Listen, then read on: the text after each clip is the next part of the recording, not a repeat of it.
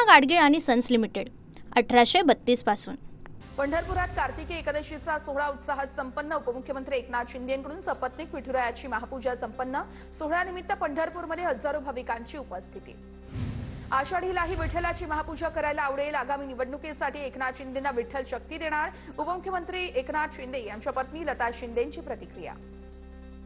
पंढरपुरात उपमुख्यमंत्री शिंदे आणि मंत्री भरत गोगावलेंनी फुगडी खेळण्याचा आनंद लुटला। शिंदे आणि गोगावले यांच्याकडून दनुब्बा माऊली तुकारामांच्या नामाचा गजर।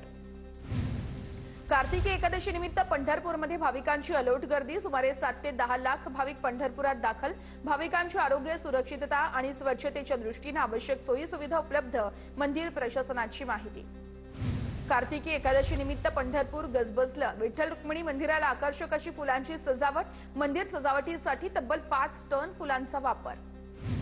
5 किंवा 6 तारखेला निवडणुकांच्या घोषणांची शक्यता। स्थानिक स्वराज्य संस्थांच्या निवडणूक तारखा जाहीर होण्याची शक्यता। झेडपी, पंचायत समित्या, महापालिकांच्या तारखा जाहीर होण्याची शक्यता। शिवाय पुढच्या आठवड्यात आचारसंहिता लागण्याचीही दाट शक्यता। सत्याच्या मोर्चामध्ये ठाकरे बंधूंची दुबार मतदारांना बडवण्याची भाषा। दुबार मतदारांना फोडून काढा, मग पोलिसांना द्या। राज ठाकरेंसह उद्धव ठाकरेंचा इशारा। मतचोरांना लोकशाही मार्गाने धडा शिकवा। काही दिवसात पुरावे घेऊन न्यायालयामध्ये जाणार। उद्धव ठाकरेंचा निवडणूक आयोगाला इशारा। मुंबईतील सत्याचा मोर्चा काढल्याप्रकरणी आयोजकांवरती गुन्हा दाखल होणार। भाजपच्या मूक आंदोलनाविरोधातही गुन्हा दाखल केला जाणार। परवानगीशिवाय मोर्चा आणि आंदोलन केल्याप्रकरणी गुन्हा दाखल होणार, सूत्रांची माहिती। उद्धव ठाकरे यांच्या उपस्थितीमध्ये आज शिवसेना पदाधिकाऱ्यांची बैठक। सत्याचा मोर्चानंतर आज शिवसेना भवनमध्ये दुपारी 12 वाजता बैठकीचं आयोजन। आमदार, खासदारांसह प्रमुख पदाधिकाऱ्यांना ठाकरे मार्गदर्शन करतील। सत्याच्या मोर्चातून उद्धव ठाकरेंची युतीची घोषणा। आम्ही एकत्र आलोय ते मराठी माणसासाठी मूठ आवळलेला फोटो। मतचोरांच्या बादशहाला पाठवा, उद्धव ठाकरेंचा निशाणा।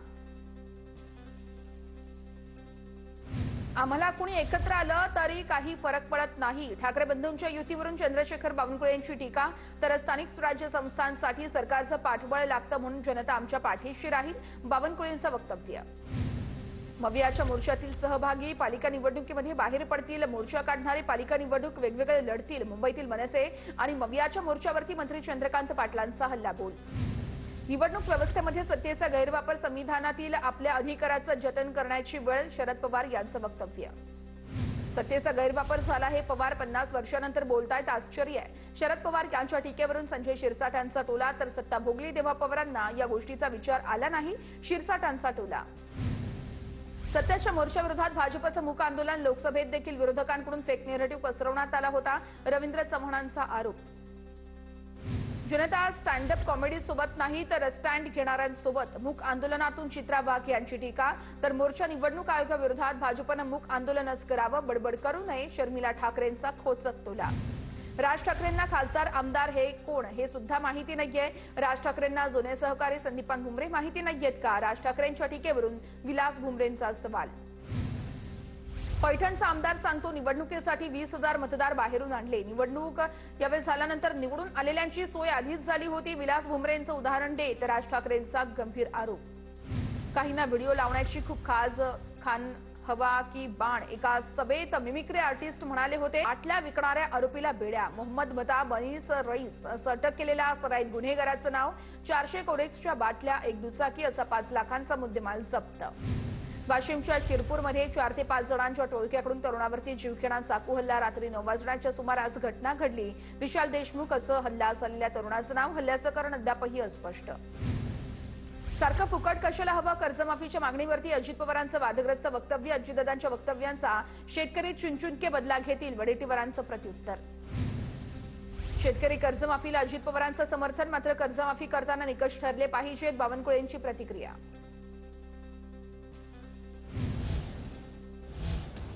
बातमी महत्वाची आहे। जैन बोर्डिंग उद्यापासून पुन्हा सुरू होणार आहे। जमिनीचा व्यवहार रद्द झाल्यानंतर जैन बोर्डिंग पुन्हा सुरू केलं जाणार आहे। अनेक दिवसांपासून जैन बोर्डिंग प्रकरणावरून वाद सुरू होता आणि अखेर आता हे जैन बोर्डिंग पुन्हा एकदा सुरू होणार आहे।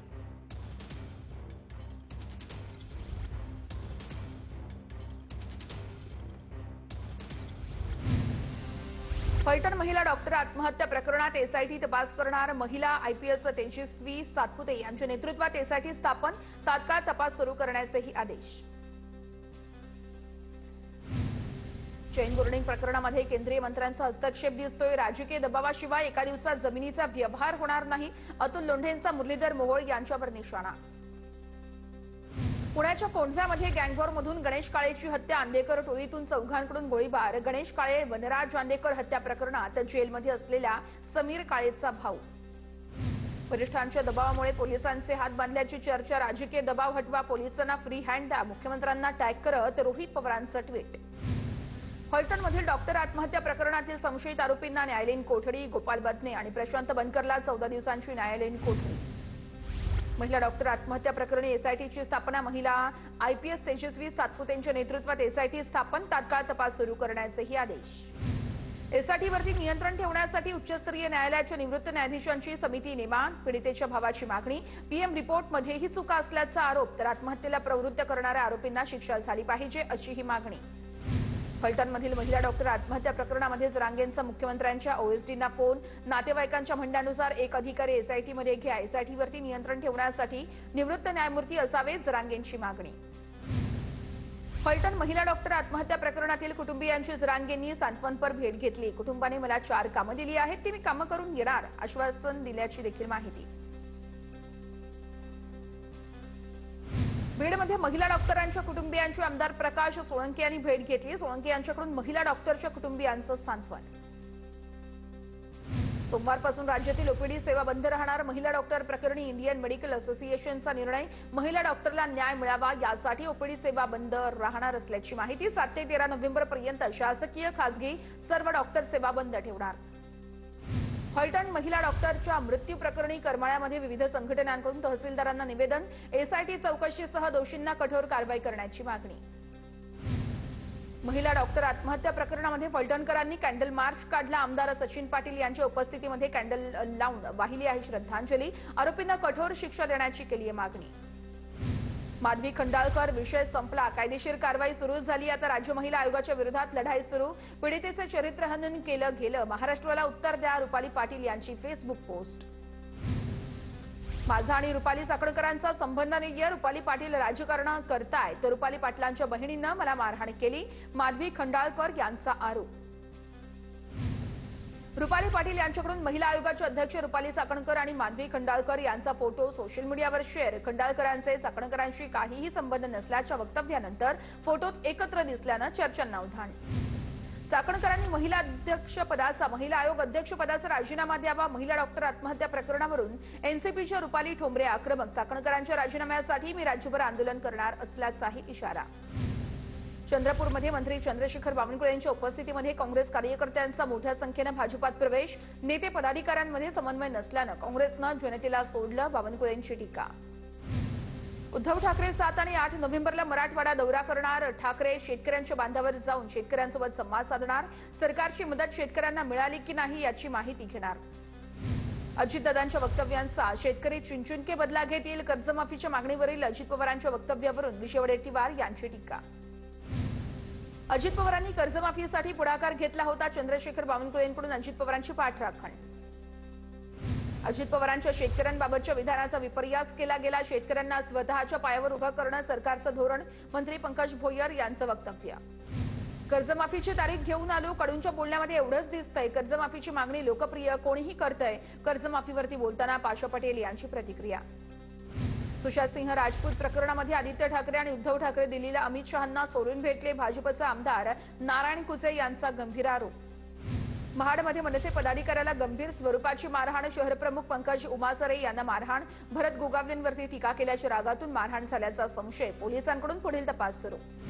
रायगडमध्ये राष्ट्रवादी आणि ठाकरेंची सेना एकत्र लढण्याची शक्यता। राष्ट्रवादीचे रायगड जिल्हाध्यक्ष सुधाकर घारे आणि ठाकरेंच्या सेनेचे जिल्हाप्रमुख नितीन सावंत यांच्यात बैठक। दोन्ही पक्षाचे जिल्ह्यातील प्रमुख कार्यकर्ते देखील बैठकीला उपस्थित। कारखान्याचा परवाना रद्द झाल्याचा दोष दुसऱ्यांना देणं चुकीचं आहे। भीमराव धोंडेंच्या आरोपांवरून सुरेश धसांची प्रतिक्रिया।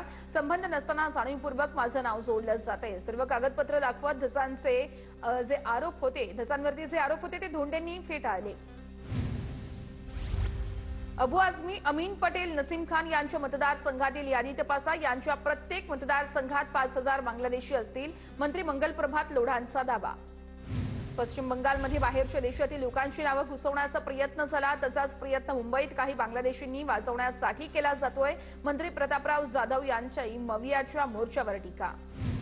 निवडणुकीमध्ये शिवसैनिकांना डिवचण्याचा प्रयत्न केल्यास जशास तसं उत्तर देऊ. प्रत्येकाचा सन्मान ठेवून ताकदीनुसार जागा द्या. आगामी निवडणुकांवरती शंभूराज देसाईंची प्रतिक्रिया. पुणे पदवीधर निवडणुकीमध्ये महायुतीत संघर्ष होण्याची चिन्ह. चंद्रकांत पाटलांकडून पदवीधरसाठी शरद लाड यांची उमेदवारी जाहीर, तर भैया मानेंना उमेदवारी देण्यासाठी हसन मुश्रीफ आग्रही. पंजाबमध्ये उपमुख्यमंत्री एकनाथ शिंदेंच्या स्वागताचे बॅनर्स. एकनाथ शिंदे यांचा पंजाबमध्ये बाबा नामदेव पुरस्कारानं सन्मान केला जाणार. दाऊदच्या 4 मालमत्तांचा 4 नोव्हेंबरला लिलाव होणार. आंतरराष्ट्रीय दहशतवादी दाऊद इब्राहिमच्या आणि त्याच्या कुटुंबियांच्या मालकीच्या मालमत्तांचा पुन्हा लिलाव होणार. मालमत्तांच्या लिलावातून 20 लाख मिळण्याचा अंदाज. महाराष्ट्र केसरी पैलवान सिकंदर शेख याच्यावरती पंजाब पोलिसांनी कारवाई केली आहे. शस्त्र तस्करी करणाऱ्या आंतरराष्ट्रीय टोळीशी त्याचा संबंध असल्याच्या संशयावरून ही कारवाई. पूना गाडगीळ आणि सन्स लिमिटेड 1832 पासून.